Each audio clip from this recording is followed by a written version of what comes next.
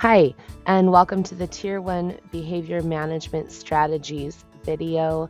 I am Sarah, the Student Services TOSA here in Palm Springs Unified School District.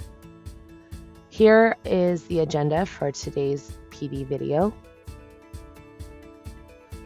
We will be working off of the Classroom Management Plan document. There will be a link for this in the comments section. First, we're going to talk about physical environment and expectations. Physical environment basically means arranging and organizing the physical space so all students can see, hear, move freely, and engage to maximize learning and allow for active supervision. It looks like working within the space available, the teacher arranges the student learning areas to allow for multiple configurations to match the learning activity while ensuring freedom of movement in a clean and organized space. The multiple configurations means that students are able to move from groups to rows to circles to any other configuration that the teacher would like to use for instruction. Also, curriculum visuals are current. There is a teaching matrix and lesson targets posted. The school rules, routines, and academic skills are also visible throughout the classroom. The physical environment rationale is that effective arrangement of physical environment increases on-task behavior, a perception of safety. It supports a respect of others' personal space. It makes it easier to access curriculum visuals and allows for active supervision by the teacher. In order to do this on a class-wide scale, we want to define spaces, organize our storage, reduce clutter, remove outdated material. Regarding groups, we want to arrange seating so that all students can engage. We also want to develop and post routines for safely and efficiently moving desks into various arrangements, and arrange seating so that all students can equally participate and limit distractions. Some suggestions for physical environment include having your desks in rows. This is good for whole group instruction, assessment, and having the student attention directed toward one instructional location.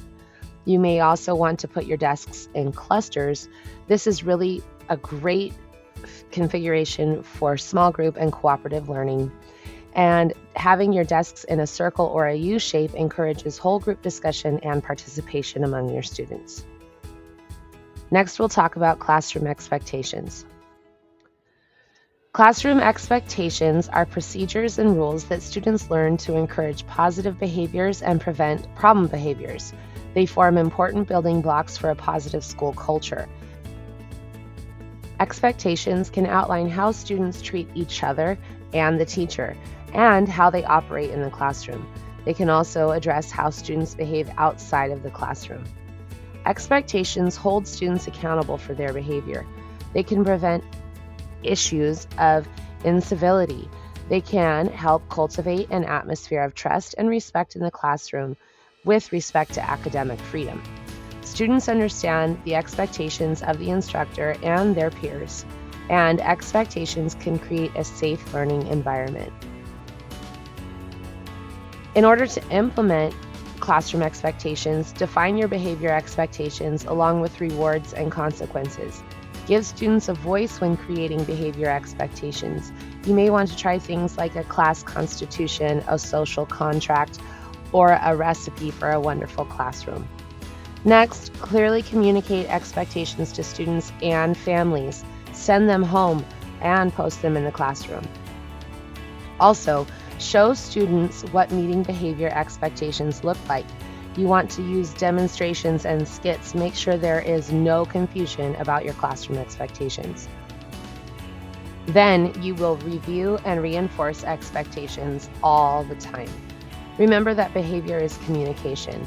Our responses shape behavior, and behavior that is recognized is likely to be repeated, often for attention-seeking purposes. Also, behavior modification is a process, and we need to be intentional. And don't forget to practice your classroom expectations. Here is a list of some common classroom expectations.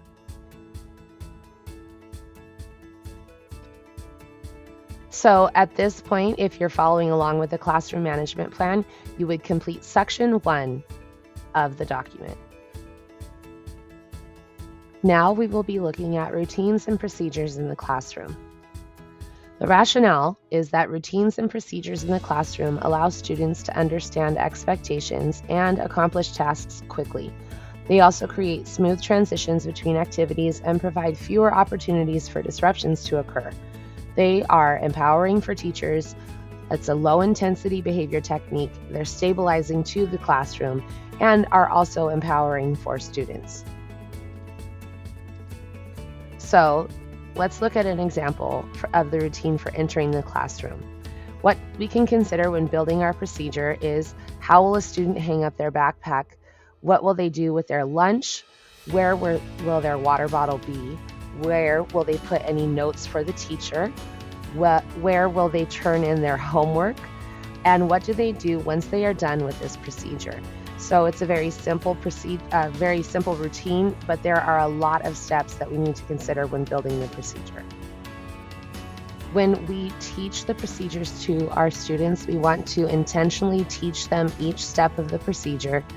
We want to model it for our students, have the students model it, and then review it often.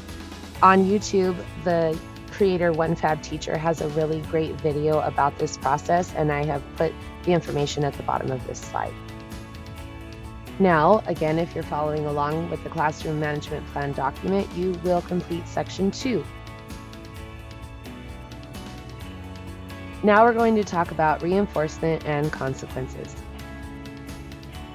Reinforcement is a process. Something positive is given following a desired behavior. Reinforcement is a strategy. This should be the first strategy we implement to modify behavior. Reinforcement is a tool. It builds positive relationships and increases positive learning outcomes. And reinforcement is effective. Studies have found that students who were reinforced were 68% more likely to do what was asked of them. So let's talk about some types of reinforcement systems. You can have individual reinforcement systems such as PBIS rewards, Class Dojo, a super improver wall, or a token board economy for your students. You can have small group reinforcement systems, that's like with group points. You can have whole group reinforcement systems like the teacher-student scoreboard, and you can have individualized reinforcement systems. Usually they come with a behavior support plan or a behavior intervention plan. You want to directly connect your reinforcement to your classroom expectations, so make sure that you are reinforcing those expectations as often as possible. Now let's look at consequences. When a student makes a mistake, it's okay to correct the behavior. Focus on addressing the behavior and what was wrong with the behavior, not what is wrong with the student. Don't take it personally. The student is exhibiting a maladaptive behavior because it meets a need of theirs. We need to help the student learn that there are better ways to have their needs met. And there are 4 functions of behavior that include escape, attention seeking, sensory seeking, or access to tangibles. So you want to develop a hierarchy of responses when you're thinking about providing consequences in your classroom. When misbehavior occurs, state the behavior the student exhibited, state the expectation that it did not meet, model the expectation, and ask the student to model the expectation. A hierarchy of responses could include something like error correction, then a behavioral contract, contacting parents, differential reinforcement, and conferencing with the student. We want to limit exclusionary practices as often as possible because we know that exclusionary practices are usually effective in a short term but do not lead to long-term behavioral change. So at this point, you would complete the classroom management plan document sections 3 and 4. Now let's look at building relationships. Student rapport building is a cornerstone of any classroom management plan. We want to build relationships early and often. Building relationships with our students isn't something that we do once at the beginning of the year. This is something that happens repeatedly each and every day. So the reason we want to build relationships is that it minimizes anxiety, it increases student participation, it increases structure and encourages social interaction, it fosters a positive learning environment, and it increases learning in the classroom. Some characteristics of building rapport include that for trust to form in a relationship, good rapport must be established and maintained. Like any other social emotional skill, compassion can be cultivated with rapport building. Rapport building includes active listening, positive encouragement and reinforcement, respectful behavior toward the teacher, peers, and classroom, awareness of the student's feelings by the teacher, and a self-awareness of their own feelings, gratitude for help received, and forgiveness. Some relationship building strategies with individual students include sharing your stories and interests, having a sense of humor with the student, attending student events, the 2x10 relationship building strategy, and just spending one-on-one time with the student. And in order to build your classroom culture, some strategies could include classroom community circles, student shout-out slips, bucket fillers program, and SEL lessons. And it's really important to remember that every day starts with a clean slate. Forgiveness is a very powerful tool that we have as educators.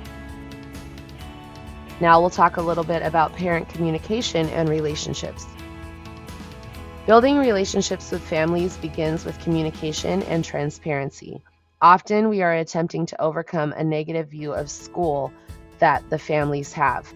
Families usually only hear from the school for negative reasons, and parents, just like students, want to feel valued and validated. Some families will strongly avoid speaking with school personnel. So we want to develop a parent communication plan. With individual families, we can make phone calls, use Parent Square, written notes, or email to communicate with them. And then you also have the option with communicating with your whole group of families, using Parent Square, newsletters, emails, sending letters home with students. We often only communicate with families due to negative circumstances. If we want to build the relationship, we need to take a more proactive approach. So in the document, you will see this example written out for you on how you plan to build that relationship with the families. So now you will complete the section 5 of the classroom management plan document. The last brief point that I want to make is about collaboration. It's very important that we as professional educators collaborate with our colleagues. If you see a colleague of yours is having success with developing parent relationships, ask them about it. If you see that their transitions are going more smoothly than yours, ask them about what procedures they are using. Collaboration is really key to refining our practices. Here are some references and additional resources that you can see. And I'd just like to say thank you so much for watching this PD video. If you have any questions, please feel free to email me, and have a great day.